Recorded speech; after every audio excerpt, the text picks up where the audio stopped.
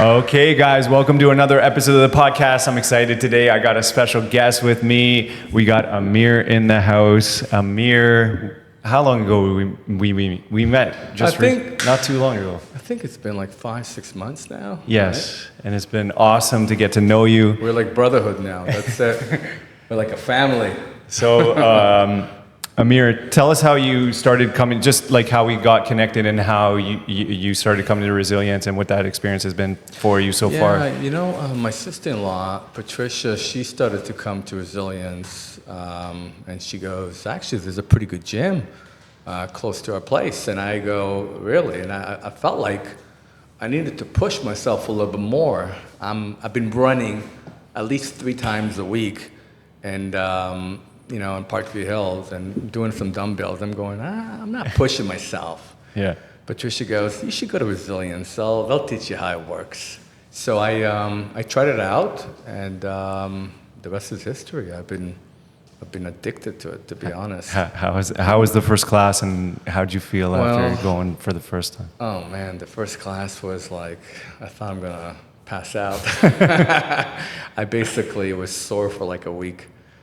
So I waited until I was not sore, and then I did it again. And then I used other parts of my body, and then I got sore again.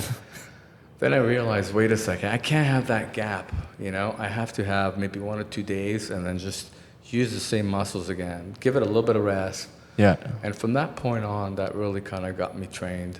And, you know, we're getting better You're a dog out there, man. Yeah, You're getting a lot better, a lot more fit. It's kind of amazing how you commit to, you know, just doing a little workout, and you get sucked into it, and you're like, wait, if I keep doing this, you could become, you know, good at it. It's like anything else in life, right? You just have consistency, to, be consistency, yeah. So one fella told me there, I'm like, oh man, this workout is tough. He goes, yeah, but you keep showing up. I'm like, yeah, you're right.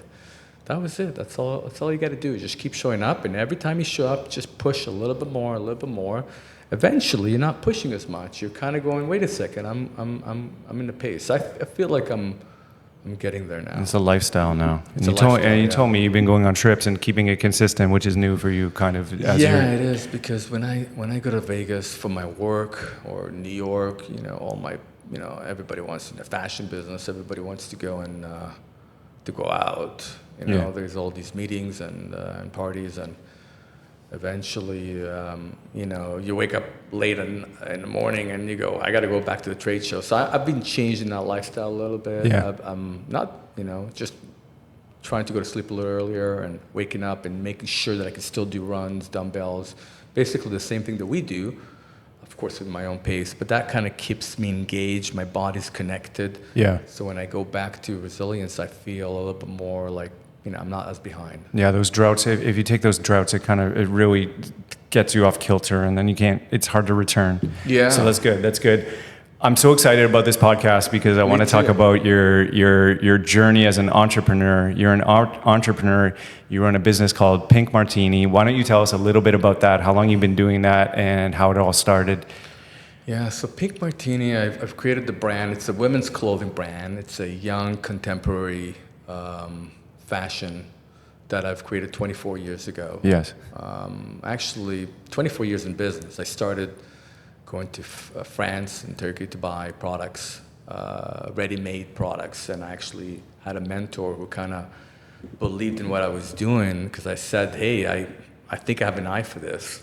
And I started bringing goods from France, and I realized, wow, I could sell a rack of clothing compared to all these T-shirts that I was selling. I was selling Gildan T-shirts at the beginning, doing prints. So I kind of came from that background. Your father was in fashion as well, right? My father was more in the fabric business back at home, and then he was manufacturing socks and tights in Vancouver. He really taught me the whole idea of sales and hustling. Okay. Maybe the hustling part I had as I was born with it. Maybe, I don't know. I like to just dump myself in the pool and just kind of figure it out. Yeah. Instead of waiting until it's perfect, right? Yeah, but I was really learning all the sales techniques from my dad. I was going out there to all these cities selling socks, suitcase of socks. In Canada or where? In Vancouver, I went all over. I went to the States. I went to San Jose, to Berkeley. I went to California. I went to Washington, Oregon, just hustling and just going to hotels, making appointments. Back then, we didn't have cell phones, so I used to go on a payphone. Make a phone call and say, I'm going to be in your town in about 2 hours while I'm looking literally straight at that store. I'm going to be there. Would love to stop by to show you the products. She goes, I'm okay. I don't need it anymore. I'm like, my job is just to come in, show you the product, and just give you a price list and a business card. And if I've done that, I've done my deed, and it worked. I was able to come up with orders. So I learned that. Oh, wow, you can persuade people as long as you believe in the product, though. Yeah. If you don't believe in the product, it's really a waste of time. And what was your vision at the time? You knew you wanted to do this full time, or were you just exploring and trying to see what to do in life? My dad at the time lost a few big companies that went under in the U.S. and in Toronto and Vancouver, sporting companies like Superstar and Frederick and Nelson and all these guys in the U.S., because in socks at the time you really needed the volume, and when you don't have the volume, you have to go to the boutiques. So my job was to get into the boutiques. But when we lost the companies, I told my dad, "What about if I go to Toronto and I started hustling in Toronto? I'll get a place there, and I'll pay for my expenses." And so that's what I did. I started doing that. But when I left, I knew I'm gonna probably get into my own business. I felt it because as I was starting to approach retailers in Toronto, they go, "Is that all you got?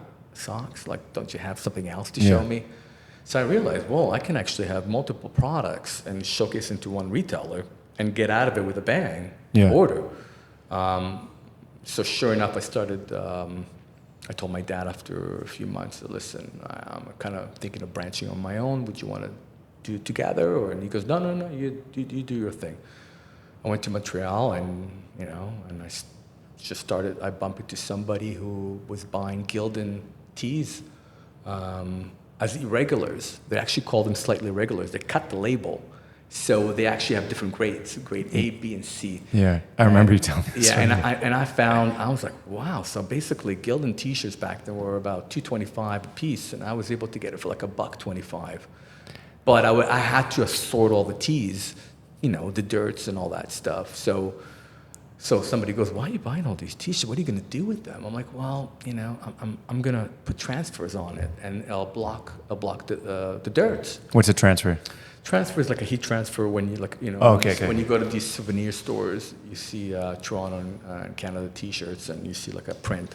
Okay. So that was the old method of it's like a transfer. Then you press it with a heat, and it stays on. You peel the paper, and it stays on. Okay. Yeah. So I used to go to all these stores, these souvenir stores, dollar stores even back then, and kind of showcase the tees. And it's just Canada, Toronto in the middle, and then Leafs were all around. So the guy goes, "I don't understand. How come the Leafs are not consistent?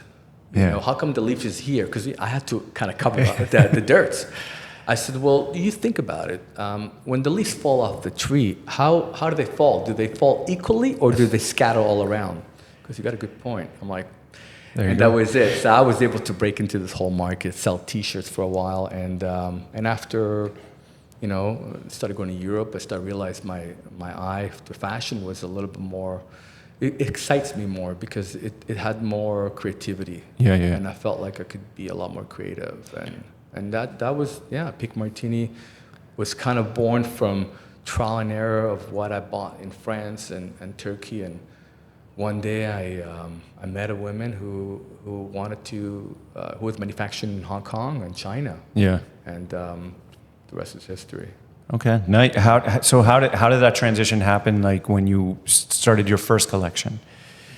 So I started with her. I did an 8-piece collection, and I went to Vancouver and I met this, and I was trying to. I called it Pink Martini, and I ended up going to a few sales reps, and they all kind of brushed me down until there's one guy named Jeff Rosen. Who said, "Hey, I heard you have a cute little collection," because I went to one of the retailers who knows him, Anyways, he placed an order, and then Jeff Rosen said, "Why don't you come into my office and show me this collection?" I did not think much of it. I just thought it was kind of cute what I did. Yeah. And I showed it to him. He just flipped out. He just started moving around, putting his pants back and forth, running around the room. He goes, "Holy smoke, this is amazing. You got to leave the samples with me." And so you're trying to sell at this point to just boutique stores?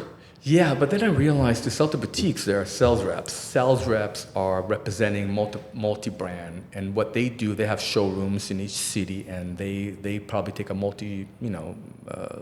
let's say each sales rep will have 5, 6 collections. Okay.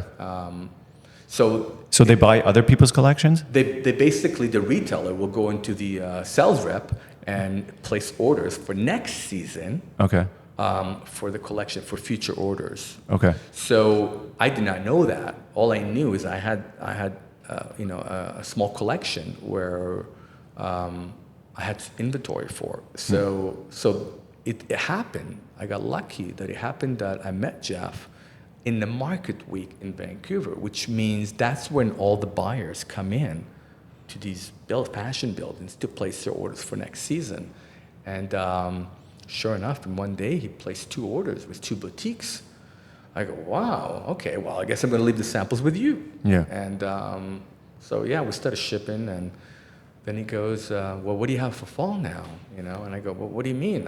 He goes, well, we got to show the new collection for next season. I'm like, I'm just trying to finish my inventory right now.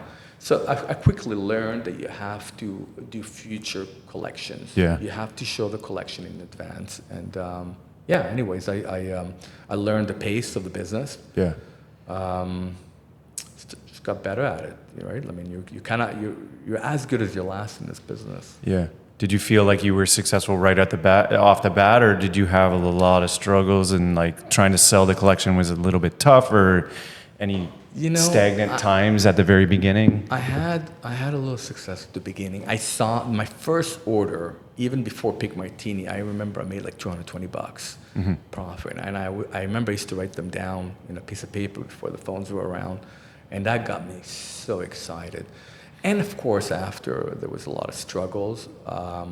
But with Pink Martini, I felt like people were really going, hey, there's something there. And don't get me wrong, there's a lot of mistakes that happen on the way, and there still is, but we learn from the mistakes. That's the idea, is to learn from what you have done wrong right away. You can't just set up some kind of parameters. You have to kind of hear the client. Yeah. And when the client kind of tells you to pivot it, and if it kind of goes according to your cohesive brand, you follow it. I'm going to ask you a question here. What's you've been in the fashion game for a while. What's the journey been like from startup to where it is today? How do you feel? It's obviously 20. How many years? 24. 24 years. And it's changed. First there's less retailers, like boutique stores. You got all these department stores that are kind of faded away over the years. You grew up as a kid. You go to the Bay, you go to Eaton Center, you go to Woodworth. And then you got chain stores like H&M and Zara came in. And then you got, Uniqlo now. And then you got so everything just got changed. So there are definitely less retailers, and the big box stores just became more powerful. And they're pivoting because they see that companies like fast fashion, like Shein, and all these e-commerce companies are merged. And even that's been also, there's drop shipping. And so the business have changed, the model. There's a lot more technology in there now that you have to enhance your business to stay current. So how have you adapted? What have you done now in 2025? How do you do most of your sale? How do you get the product out there? There's still a lot of elements of the old way of doing things. Trade shows are still relevant. Not as relevant as it used to be, but that's where the wholesale business. So we have showrooms all across. We have showrooms in Toronto, in LA, Chicago, New York, Vancouver, Montreal, and now in Dallas. And you should plug your store on the Danforth too. And then I have 2 physical stores as well. So for the B2B part, which is the wholesale part, we do trade shows all around representing our collection. There's multi brands that kind of go in there and showcase their product. And there's retailers all across the world who actually come in to buy, especially in the U.S. market, like Las Vegas and New York. So that's one way of getting the business. Yeah. Another way is we have, of course, shows in Canada, and then we also have appointments within our showrooms. And each sales rep showroom, they kind of create their own markets. So that's the B2B. The B2C, which is direct to consumer, we have 2 physical stores on Danforth, 261 Danforth. The other is on 3278 Bloor and West Bloor Village, and then our e-commerce. So that's the direct to consumer, and that gives us a good indication of what the customer wants. So we can kind of test products with direct to consumer. There's brand awareness. People can see the cohesive of the brand. You collect data. It's I would like to increase on that actually. When did you start? When did you open the physical stores? When did you get into that? Because that's a total different business, I'm guessing. It's a total different business, and it's hard to combine. But I would say it's been about almost 8 years since I opened the Danforth. E-commerce has been around for over 10 years. And that got involved too. I mean, Shopify came into the market and kind of, all of a sudden you started able to do multiple locations on Shopify, which means you can host all your POS systems into one platform, plus the e-commerce. So all the inventory is engaged together. It's all so when you have a hub inventory, it can deduct from the Danforth, from the Bloor, or from the warehouse. And that's been revolutionary. So that kind of came to play around COVID, or even just before COVID, actually. Mm-hmm. And technology really accelerated from that point on.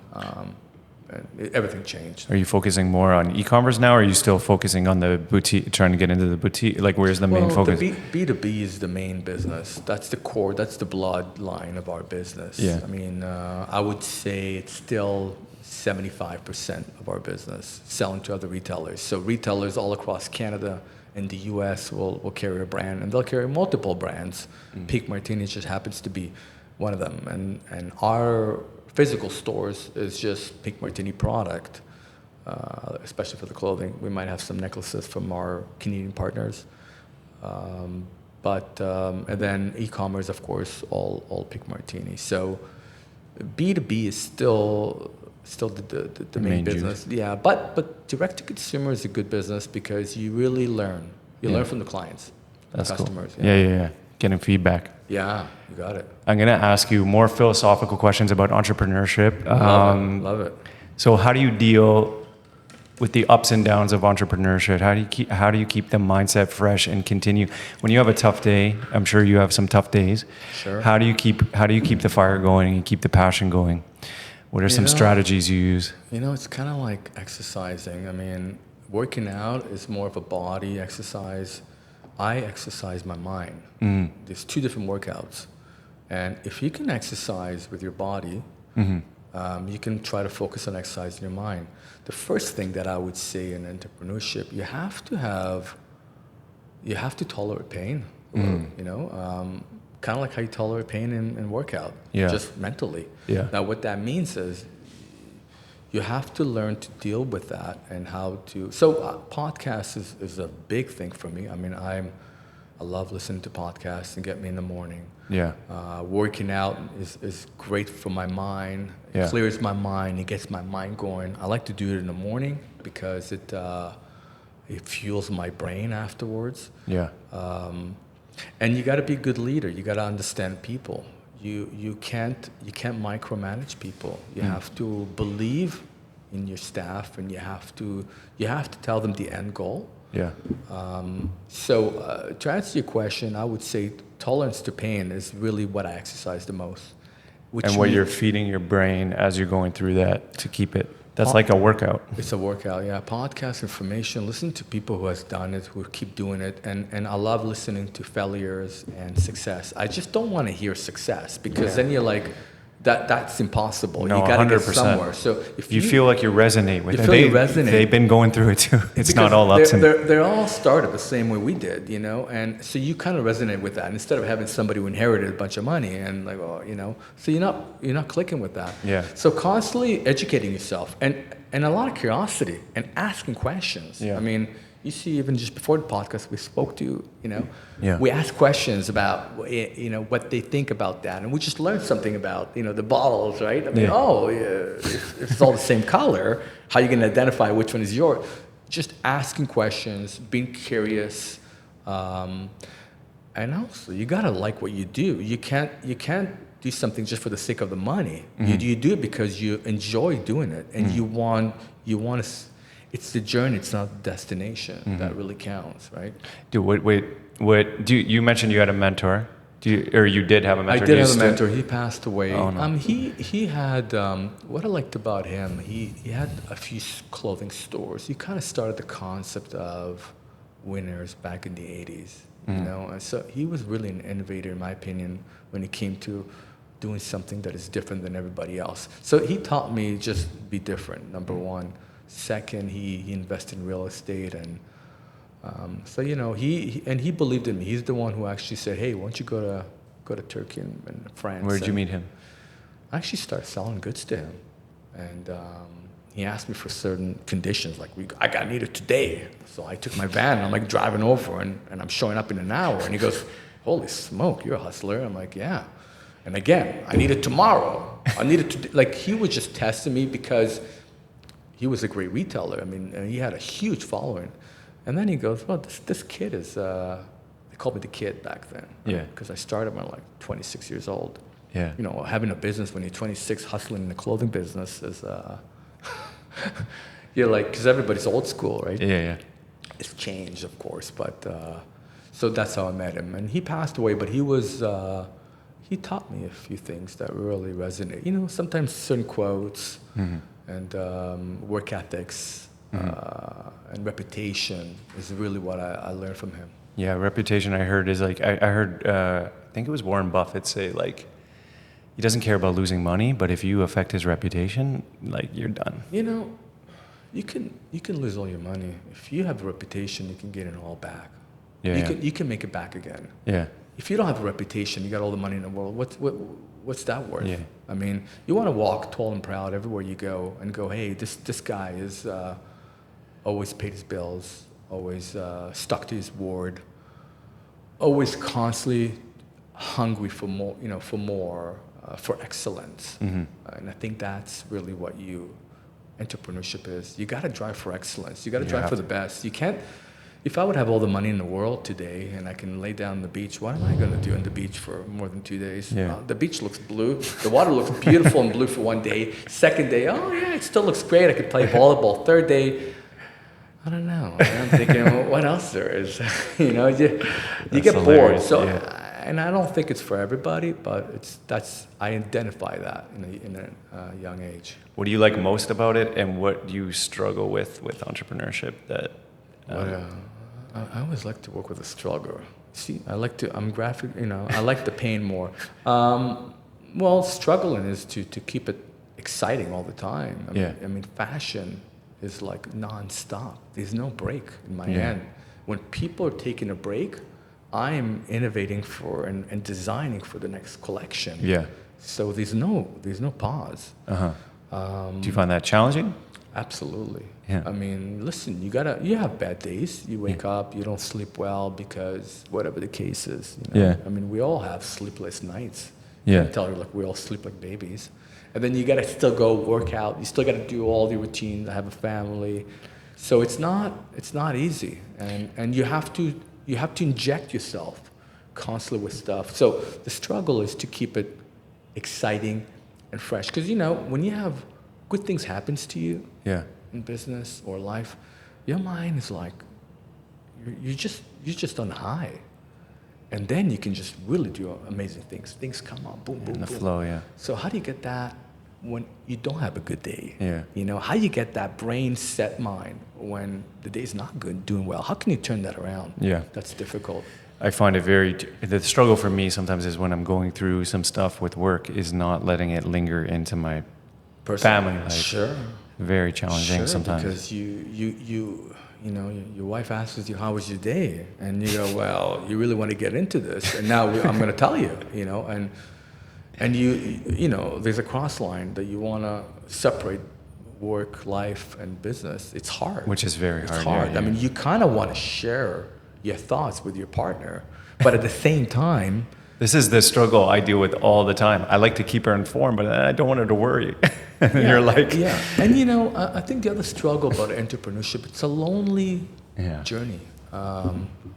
When you want to talk about something, you don't really have a lot of people to talk to. Nobody's going to come and help you. Everybody's looking for their own. So you have to make decisions on your own. Now, you can talk to your staff, but I'm not looking for yes people. I'm looking for no people. I'm looking for people to challenge my idea in a good, legit way, with an explanation. And you can't always get that from your staff. So another struggle is to really, it's lonely. So you have to surround yourself with people that are inspiring you. Yeah, definitely. A mentor is great, but it's not like there's no mentor now. Like you just gotta go on your own. So what do you do when you're looking for someone to talk to? You have a family, or you have your wife, or you want to talk to people. Yeah, my wife would definitely give me a great advice. And outside advice, it's like when you're playing chess, you cannot see all the moves. When somebody just watches your chess game, kind of see some moves that you might not have seen. So you do want to get an outside, but it's not enough. You want to have people that are living and breathing what you do in other industries, and they can tell you the best advice. But it's not always around the corner. But the good thing about entrepreneurship is that you make decisions that you want to make. You have a vision and you go for it. You execute. You have an idea, you execute it, and it's the greatest feeling in the world. That creativity, the freedom. Well, yeah. It's awesome, Amir. Let me ask you a couple more questions. Any mistakes that stand out to you, or something you wish you learned earlier if you were talking to younger Amir? Well, don't shoot too much. You can, focus. I mean, I would say anybody who wants to start a business, focus on that one thing and make it the best. Like the 10,000 hour kind of. Focus on that one thing you do great. And just try to put as much energy to it. And once you get to do that well or perfect, you can start to branch out. Did you make that mistake earlier? Absolutely. I mean, 2017, I decided to manufacture here. Started buying automated machines. I started going through technology. I created an app that customizes your clothing. So I thought that everybody will have so much fun designing their own clothing. I was wrong. Nobody wants to design it. People just wanted to have it ready. People cannot visualize, I'm not saying everybody, but they cannot visualize how a clothing is going to look like. It's our job to visualize it for them. So you invested in this app, you built this app, you thought... I opened a showroom, a beautiful state-of-the-art automated cutting machine, sewing machines. Connected to the app? Yeah. Holy smokes. I bleeded a lot of money on that. And I was excited about it, but what I found, that it steered me away from the real business. Okay, so tell me about that, because that's like probably a big loss in money, big loss in time. Sure. What did you learn from that, doing that, and what are some lessons that you pulled from that? You can't buy strawberries and buy yarns of the same day. That's the kind of analogy that I'm showing. Like, you can't just go two different directions. Now, when you think about it, you're making clothes overseas, and then you're making clothes in Canada. You would think it's the same business model. It's not, because you let the overseas, you design it and you let them manufacture it. They buy the fabric for me. This is the model. Here, I had to buy the fabric, I had to buy the yarns, I had to buy the needles, I had to make sure the machines are maintained, I had to make sure that I had staff that are working efficiently, which, it's pretty hard. Like, who wants to manufacture clothes here? So I had to run that plus that. So it was a headache. I had a really stressful couple of years. How long you did that for? A couple of years?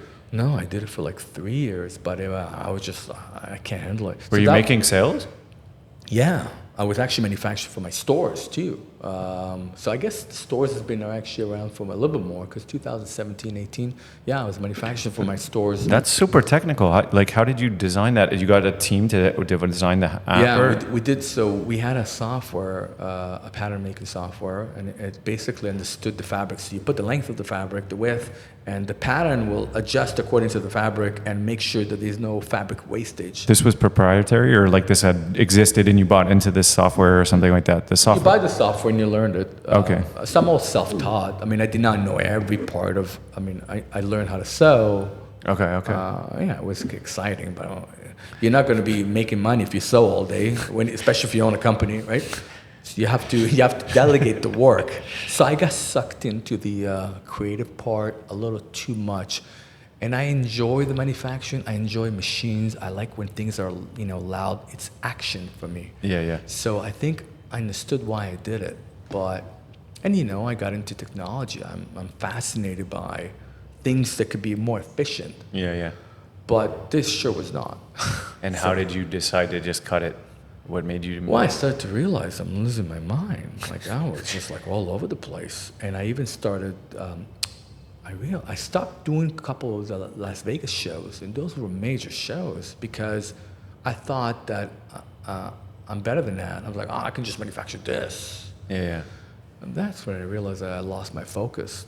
Mm-hmm. So I took my losses, and I focused back in the business again. I closed it. Took me a while to sell the machines. Yeah. At least the big machines. Yeah. And I might still have a couple sewing machines in my place. Yeah. But I don't practice it. I do what I know how to do. Yeah. And even when I design collections for other brands, I use my facilities, my resources that I built over the course of time instead of reinventing the wheel. Yeah. Manufacturing here is just not happening. It's only going to come back when automation is fully in hand. Yeah. AI and automation will drive the young people to manufacture here. Otherwise, you go overseas. Yeah. Let's talk about. That's great stuff, Amir. I didn't know that. You never told me that story, but I got a lot of stories. Let's talk about the exciting news, the collab that we're doing together. I'm so excited about it. Yeah. Yeah. You want to share a little bit about that, what we're doing together? So we've been working out. I'm taking your lesson, taking Andrew's, and chatting with Andrew's dad, and somehow getting into all like buddies, and we're. As you guys heard, actually, I think I spoke to you originally about that I manufacture clothing. I designed a collection, and we started talking about, can we do resilient clothing? And you kind of told me what you guys been doing already, kind of, buying products here and there, and I said, well, the best way to do a collection is to design a collection from scratch. Of course, take inspirations. Yeah. But make your own fabric. Our own details. So we're in the verge of we're doing a 6-piece collection, right? 3 for women and 3 for men, and it's we're doing a cargo pant for women with a big rib. I believe it's a 5-6 inch rib. And it's got a towel holder. It's got a jawstrings. It's got technical fabric. It's nylon spandex fabric. It's dope. It just looks. It looks primo. We had a sample, but when me and Andrew and Amir did it, is like me and Andrew really wanted to make something that we would wear, and and stuff that we would use, and the challenge was because we made clothing actually one time on like Alibaba and used some Chinese manufacturers and stuff like that, but the challenge with this stuff was finding the fabric. So do you want to talk a little bit about? Yeah, when we talked about the vision of the collection, we don't want to make another garment that is out there. You can go to any department store, chain store, and they'll have a yoga wear collection. Yeah. We can do that, but that's not what we want to start. We want to start with high performance fabrics that are good to work out and good also outside. Yeah. When you can wear it as a lifestyle as well. So Absolutely. we gotta get the best fabric, the best workmanship, the best fit to get that kind of resilience reputation. So it's a nylon spandex fabric. It's a 4-way stretch. And we're doing this for men. We're doing the same fabric for the men's pants, for the shorts. We're doing the ventilation fabrics for the t-shirts. We're doing a sport bra for women. Of course, we can go heavily with it, but we want to get the right fabric. So important. Yeah. It's all about the quality. And so we've been getting samples. That's right. And I've been putting the sample through hell. I just ran one of my long runs in the pants. Beautiful, amazing. So I'm so excited about this. Well, what we want to do is do like a little advertising. When you take this piece of garment and you throw it around, you just jump on it. You work out with it, you sweat with it, you wash it, and still looks brand new. And that's the core long-term value. That's what we want to do. We want to get the best product for all, for the Resilience members. And Amir, you have done such a fantastic job. I can't thank you enough. Like we're like, this is what we're thinking, and you come back and you got exactly what we're looking for, which is massive. It's fun. First of all, it made me an excuse to start doing survival. So I come in on a Saturday, and then we sit down and chat after, because you guys are both there. Yeah. And then we can talk about the samples and kind of chat about what we want to do with it. But we really want to make sure that it becomes a collection. So we're starting slow, but it's going to be very exciting. Start with quality. I gave it to it's funny because I have the pants now. I've let like so many people try them on, all different walks of life. My father-in-law, my brother, all different people, and they all are like, these are amazing. Well, these feel so good. You don't feel like you're wearing them. Like I sometimes, I remember when I tried it on at work, in the showroom, I was wearing my pants before, and then I tried, the pants that I made for you guys, and I forgot that I was even wearing it, and I was about to leave. I'm like, oh my God, I got to take these out. Yeah. They're comfortable, they're soft, and they're flexible. Yeah. It's a beautiful pen, and it has fashion sense to it. So our goal is not just to make workout clothing. Our goal is to make it functional, but at the same time trendy. Absolutely. I would wear them out. I would wear them to work out. I wear them around the house. They're amazing. I love them. Absolutely. Love them. I'm excited about that. We're trying to get them done before the High Rocks event. We're hoping. Yeah. You guys are definitely stressing me with that. So I got to work fast. I was even picturing, do I have to go there to hustle them? I'm like, I had to make like video conference calls with them. Like, listen, we got to get this for the competition because, Andrew and Josh are on my case. I got to get this done. I can't disappoint them. So we're definitely that's our target. So we got a men's pants, a women's pants, a men's short, a women's short, a men's t-shirt, and a women's sport bra. Yeah. So I love it that we're gonna have like a race day outfit hopefully ready for everyone. Like you never know what's gonna happen, but the goal is to get it right before High Rocks. Yeah, absolutely. I mean, listen, there's a lot of goals we want to do, but that was our first short-term goal. We want to make Resilience to the next level, the next thing. I'm not wearing them today because I told you I did my long run in them, and I just sweat so much because I ran like 20 kilometers in them. It's beautiful. You have to come, smell. I can smell Okay, I got one more question for you before we leave. For anyone chasing their own creative or entrepreneurial dream, what's your best piece of advice? Oh man, I mean, First of all, I don't think entrepreneurship is for everybody, number one. So if somebody says, I want to start my own business, ideas are plenty out there. Execution is really what counts. And again, I'm going back to that tolerance of pain. It's a practice to be attracted to it a little bit because there's a lot of suffering, there's a lot of bad days, your cash flow is bad. Things are not working out. You have to constantly believe. You can't take no's for granted. If you have 20 no's, it doesn't mean that your product is no good. If you have 2,000 no's, then you know that you got to pivot it to something else. So believe in your product, enjoy what you do, tolerate your pain, and you got to work hard, and you got to execute.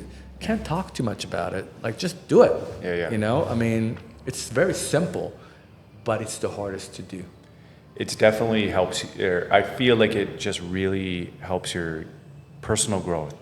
But it comes with a lot of pain and I've just, now that I've had a son, I've been thinking about this question. So I want to ask you, if your daughters came to you and they were saying, I have this dream to be an entrepreneur, Yeah. what would you say to them? Because I would 100% support them. Yeah. I mean, I think having education is great, don't get me wrong, but the competition out there to get a job, I mean, if you're going to have the best education and you're sending a resume to somebody and you're expecting a job, how are you going to get that job if you're not hustling out there and telling them that you're the one, I'm the one that you need to hire? Yeah. That's not going to work. If you don't do that, nobody will know. Okay, you have good education. That's important. Yeah. But they got to know that you're the person. They got to know that you want that job. So, I mean, narrow it down to, I can't say what you're passionate about. I think what you're good at. That would be the advice I would give. But I would 100% support my daughter. In fact, I encourage them. Yeah. And I tell them there's tons of failures. But you you learn from failures. You right? said it's not for everyone, though. So would you take personality into consideration? Absolutely. Okay. Yeah. Listen, I mean, some people are just made for 9-to-5 jobs. Yeah. Or work at home, remote. You can't succeed that way. You got to learn to like people, and you got to learn to deal with people. You got to make phone calls. That's still a good method of doing business. Of course, emails, chatbots, all that stuff counts. But you have to be. You can't have anxiety when you talk to people on the phone. So if you don't have that, don't do it.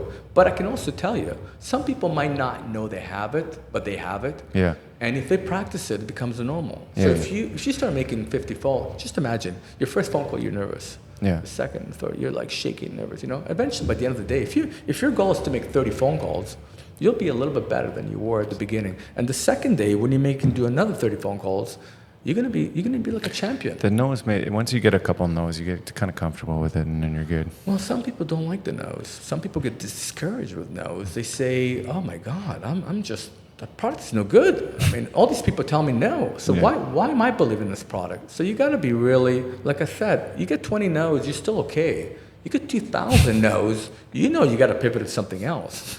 But in anything else in life, if you have an actor job, how many no's do they get when they're trying to get we don't know behind the scenes when Ben Stiller is trying to, go into a movie, right? He's probably doing all these trials and all these casting. Steve Harvey said that like he has like the two major, he has like Family Feud, he has a morning show or something like that. He said he's done like 100 pitches to like networks and stuff and got 2 or something. He's got like, or maybe more than 100, but like 98% of the time it's no. Well, all these companies that have been successful they do not have the success right away. They just keep believing in the product, in their services, and they keep plugging at it. And when eventually you get the right person. But every time you get a no, I would advise to entrepreneurs, learn from why they said no. What was it in that no that that they could advise you? Oh, maybe the product, I didn't like the packaging. I didn't like your pitch. I didn't like your evaluation. I didn't like so you take those notes and you move it to the next round. And then every time you pitch somebody else with your business plan, you just know slightly more. So do you ask that when you're going to try to sell you ask them why? Yeah, I ask them why you don't want Pink Martini. And they'll tell you. Now, some of them will not tell you. So you have to dig in. Come on, we're big boys. Tell me why you don't like the product, or you're too expensive, or I'm flooded with the same products or similar products. I don't know. You not give me enough terms. You learn what clients want. Do they tell you usually?